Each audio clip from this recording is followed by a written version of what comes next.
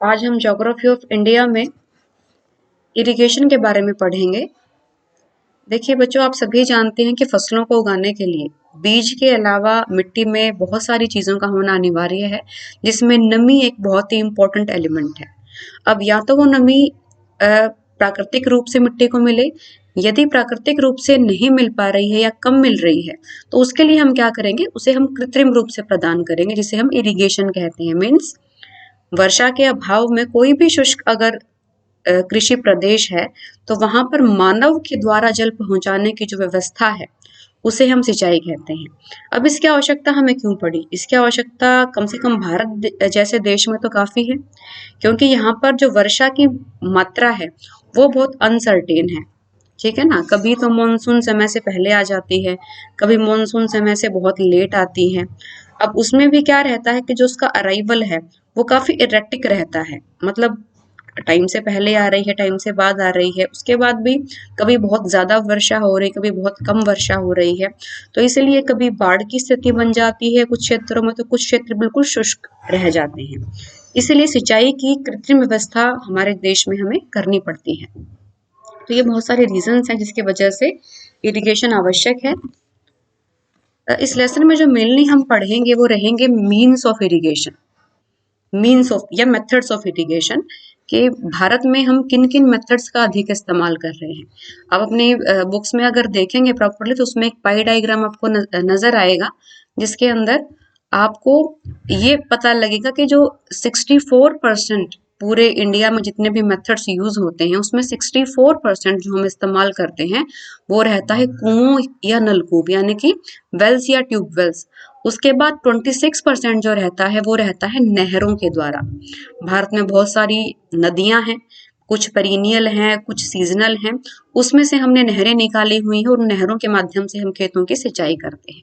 उसके अलावा टैंक्स हैं जो कि साउथ इंडिया में काफी यूज किए जाते हैं, और उसके अलावा 7% कुछ ऐसे मीन्स हैं जो लोकल लेवल पे हम यूज कर लेते हैं। तो हम शुरुआत करेंगे सबसे पहले इरिगेशन मेथड जो है वो कैनाल के माध्यम से, कि नहरों के माध्यम से हम कैसे सिंचाई करते हैं।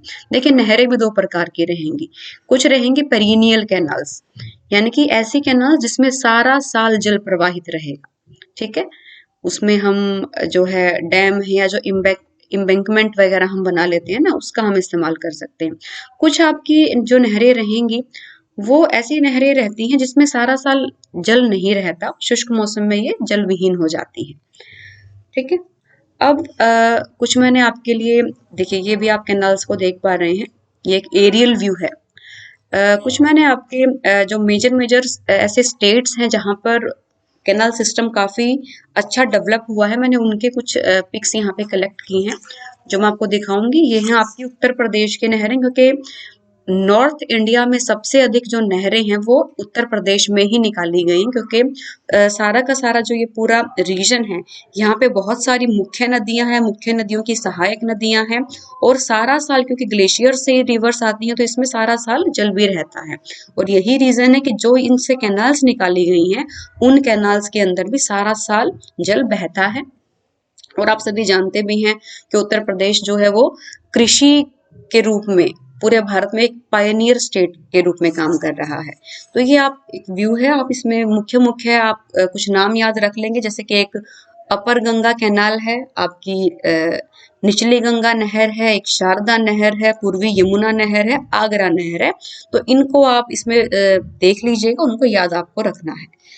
फिर अपनी आ जाती हैं पंजाब की। अब पंजाब में हमने लास्ट क्लास में पढ़ा था कि जो शस्य गहनता है वो सबसे ज्यादा है, तकरीबन 90% से भी ज्यादा है। एक ही खेत से एक ही वर्ष में हम बहुत सारी फसलें जो है ले लेते हैं। ठीक है, क्योंकि सिंचाई बहुत अच्छी की जा रही है यहाँ पर। तो यहाँ पे मेन मेन नहरें कौन सी हैं? अपर बारी दोआब नहर है, सरहिंद नहर का आपने नाम सुना होगा, जो कि सतलुज और रावी रिवर का जिसमें जल आता है। भाखड़ा नहर के बारे में आप सभी जानते हैं, सतलुज पर जो भाखड़ा नंगल डैम बना है उससे ये नहर निकाली गई है। बीकानेर नहर है जो कि फर्दर आगे राजस्थान की तरफ चली जाती है, और पोंग बांध नहर योजना है जो कि व्यास नदी के ऊपर है। आप देख लीजिएगा, इसमें सब नजर भी आ रही है। फिर हम बात करते हैं हमारे स्टेट की, हरियाणा की। यहाँ पे हरियाणा के जो ईस्टर्न पार्ट से जो हमारी यमुना रिवर जाती है, वहां से मेनली हमने कैनाल्स निकाली हैं। जो सबसे प्रमुख है उसमें वही पश्चिमी यमुना नहर है। फिरोज शाह तुगलक ने इसका निर्माण कराया था 14th सेंचुरी के आसपास। तो यहाँ से ये नहर निकाली गई है। ठीक है, इसकी कुछ ब्रांचेज हैं, एक दिल्ली की तरफ जाती है, एक हांसी की और एक सिरसा की तरफ फर्दर चली जाती है, इसमें नजर भी आ रही है। ठीक है गर्ल्स, उसके अलावा जुई नहर है, एक अपना वेस्टर्न पार्ट में है, गुड़गांव नहर है। आगे हम बात कर सकते हैं फिर उड़ीसा की। ठीक है, उड़ीसा की भी इसमें आपको नजर आ रही हैं। हीराकुंड डैम भी बनाया गया है महानदी पर, तो इधर से कुछ निकाली गई हैं नहरें। उसके बाद जो मेन मैं आपको दिखा दूं, ये आपका पूरा का पूरा गंगा रिवर का सिस्टम दिखा रखा है। देखिएगा इसमें कैनाल्स आपको नजर आ रही है और मेजर मेजर रिवर्स नजर आ रही हैं। फिर फर्दर यहाँ से नहरें किस किस डायरेक्शन में निकली हैं वो आप देख पा रहे हैं। आगे देखिएगा, ये है आपका बिहार राज्य। बिहार में सोन नदी से एक नहर निकलती है, सोन नहर ही बोला जाता है उसे। कोसी जो एक डैम बनाया गया है कोसी रिवर पर, उससे नहरें निकाली जाती हैं, जिन्हें हम दिशाओं के अनुसार बाइफरकेट कर सकते हैं, पूर्वी कोसी नहर और पश्चिमी कोसी नहर। गंडक नदी से भी निकाली गई हैं। त्रिवेणी नहर काफी फेमस है यहाँ पे। ये आ जाता है फर्दर आपका पूरा वही सिस्टम देख पा रहे हैं आप गंगा नदी का। ये पुनः आपकी उड़ीसा का एक मैप देख पा रहे हैं आप। ये आ गई हैं आपकी सदर्न में अगर हम बात करेंगे तो केरला की। ठीक है, ये देख लीजिएगा, पेरियार वगैरह का इसमें आप जिक्र कर सकते हैं कि पेरियार से बहुत सारी नहरें निकाली गई हैं। वेस्ट बंगाल की आप बात कर सकते हैं क्योंकि डेल्टाई रीजन है, यहाँ पे जो है गंगा आती है यूपी बिहार से बहती हुई। तो मिदनापुर नहर का आप इसमें जरूर जिक्र करेंगे जो कि कोसी नदी से निकाली गई थी, काफी प्राचीन नहर है ये। मयूराक्षी योजना है यहाँ पे, जिसके अंतर्गत 2 बांध यहाँ पे बनाए गए हैं, कनाडा और तिलवाड़ा। ये क्वेश्चन कई बार एग्जाम में पूछा जाता है, कनाडा और तिलवाड़ा बांध। इन दोनों बांधों से नहरें निकाली गई हैं जो पूरे सिंचित करती हैं इस पूरे प्रदेश को। ईडन नहर है, काफी प्राचीन नहर है ये भी, ईडन नहर। और दामोदर घाटी योजना के बारे में तो आप सब जानते ही हैं, तो उसके अंतर्गत बहुत सारी यहाँ पे नहरें निकाली गई थी। फिर यहाँ पे आप इंदिरा गांधी नहर को देख पा रहे हैं ना, राजस्थान में काफी फेमस है। राजस्थान जैसे शुष्क प्रदेश में अगर आज कृषि संभव हो पाई है तो उसमें इस नहर का बहुत बड़ा योगदान है। पंजाब से ये निकाली गई थी, सतलुज और व्यास का जो संगम है हरी के बैराज, वहां से ये नहर निकाली गई थी। एंड तकरीबन 64,000 किलोमीटर के जो क्षेत्र को इसने सिंचित करना था। काफी लंबे टाइम से ऑपरेशनल भी है। पहले इसे हम राजस्थान नहर बोलते थे, उसके बाद इसका नामकरण इंदिरा गांधी कैनाल किया गया था। ठीक है गर्ल्स, ये आप तमिलनाडु की नहर देख लीजिएगा। तमिलनाडु में भी कुछ कुछ नहरें हैं, काफी फेमस है। और इन्हीं नहरों के बीच में एक तंजावुर, जो मैं लास्ट क्लास में भी बता रही थी, तंजावुर नामक जो क्षेत्र है वो यहीं पे अवस्थित है, जिसे हम गार्डन ऑफ साउथ भी कहते हैं। आपको सारी नजर आ रही है। ठीक है, आगे चलिए। नेक्स्ट मेथड की, ये तो हमारी थी कैनाल्स, इसके आगे हम बात कर सकते हैं वेल्स की।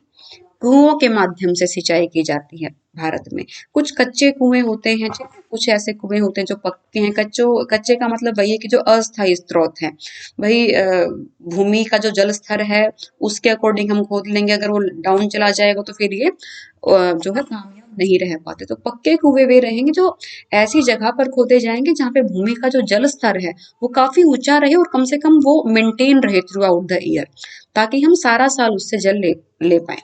ठीक है, तो इसमें श्रम की काफी आवश्यकता पड़ेगी। श्रम और धन, इन दोनों की लागत काफी आती है कुएं को खोदने में। उसके बाद हम ट्यूबवेल्स की बात कर सकते हैं। देखिएगा, ट्यूबवेल्स का तो आप सबने जो ग्रामीण क्षेत्र से बच्चे हैं आप सब जानते ही हैं कि ट्यूबवेल्स के माध्यम से भी, ड्रिलिंग मशीन्स के माध्यम से हम ट्यूबवेल्स का निर्माण करते हैं और उससे फिर हम अपने सिंचाई करते हैं खेतों की। ठीक है, और जो तीसरा मेजर मेथड है वो है टैंक्स का। ठीक है, टैंक हम किसे कहेंगे? टैंक जिसे आप तालाब भी हम लोकल लैंग्वेज में बोल देते हैं। वो क्या है कि भूमि का कोई भी ऐसा स्थान, गड्ढा आप कह लीजिए, जिसमें वर्षा का जल भर जाए तो उसे हम तालाब कह देते हैं। प्राकृतिक भी हो सकते हैं और कृत्रिम भी हो सकते हैं।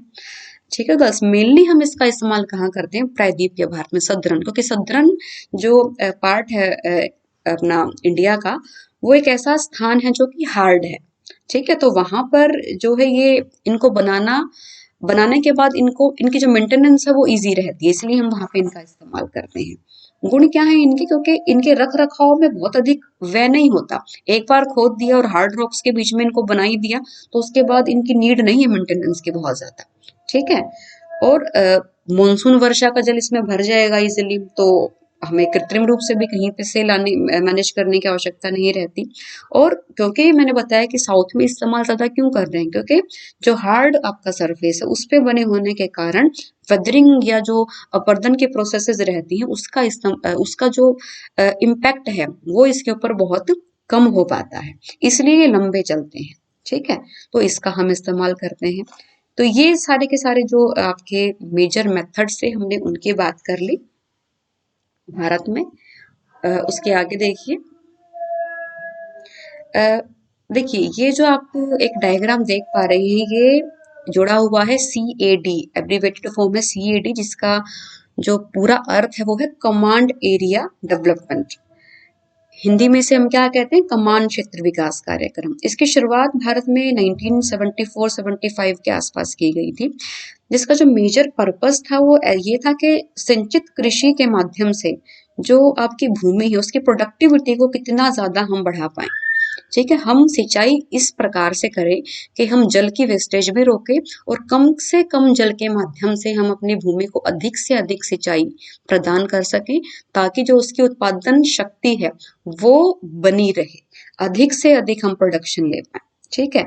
तो इसमें देखिए एक आपको डायग्राम ये जो है वो दो प्रकार से आपको नजर आ रहा है कि जो पहला डायग्राम था उसमें अलग अलग आपको ये खेत दिखाई दे रहे हैं, जो ब्लॉक्स हैं, जो इस डायग्राम का जो ऊपरी पोर्शन आप उसको देखिएगा, ये अलग अलग आपको ब्लॉक्स नजर आ रहे हैं। इन ब्लॉक्स में दिखा रखा है कि किस प्रकार इन सबको ज्वाइन कर दिया, ठीक है। ज्वाइन करके जो डार्क पार्ट है वो क्या कर रहा है, इस डार्क पार्ट के माध्यम से पाइप्स के द्वारा इन सभी को हम जल प्रदान कर रहे हैं, ठीक है। तो इसमें एक ये सारा का सारा जो सिस्टम है वो यूनाइटेड हो गया ना, यूनाइटेड होके हर एक खेत को हमने जल प्रदान कर दिया। ऐसे ही आप नीचे देख सकते हैं कि हमने वेस्टेज होने से भी रोक दी, सारे सिस्टम को हमने ज्वाइन कर दिया और हर एक खेत को हम इक्वली जो है जल प्रदान कर सकते हैं कृत्रिम रूप से, ठीक है। तो ये आपका लेसन था जिसमें हमने इरिगेशन और इरिगेशन के मेथड्स के बारे में पढ़ा। दोबारा हम देख सकते हैं कैनाल्स के बारे में हमने पढ़ा है, वेल्स ट्यूबवेल्स के बारे में पढ़ लिया, टैंक्स के बारे में पढ़ लिया। सबसे अधिक जिसका हम इस्तेमाल कर रहे हैं भारत में वो है आपके वेल्स एंड ट्यूबवेल्स। मैंने आपको डायग्राम्स अलग अलग दिखाए थे, लेकिन हम जब मेथड्स की बात करते हैं तो वेल्स और ट्यूबवेल्स हमेशा साथ में ही लिखे जाते हैं। नंबर 2 पे आपके आ जाएंगे कैनल्स, नहरें, जो मैंने आपको स्टेट वाइज आपको मैप से भी दिखा दिए। और नंबर 3 पे आपके आ जाएंगे टैंक्स, और जो लास्ट में आपको कुछ कई बार शॉर्ट क्वेश्चन आ जाता है वो आपका कमान एरिया का आ जाता है, जिसका मैं आपको डायग्राम बता ही रही हूँ कि हम सिंचाई इस प्रकार से करें अपने विभिन्न खेतों में कि भूमि की जो उत्पादन क्षमता है वो भी बनी रहे, पानी की वेस्टेज होने से भी हम रोके, और हम मतलब अपने सिस्टम को हम एफिशिएंट कर सकें, उसे हमने कमान क्षेत्र विकास कार्यक्रम बोला था। So all the best.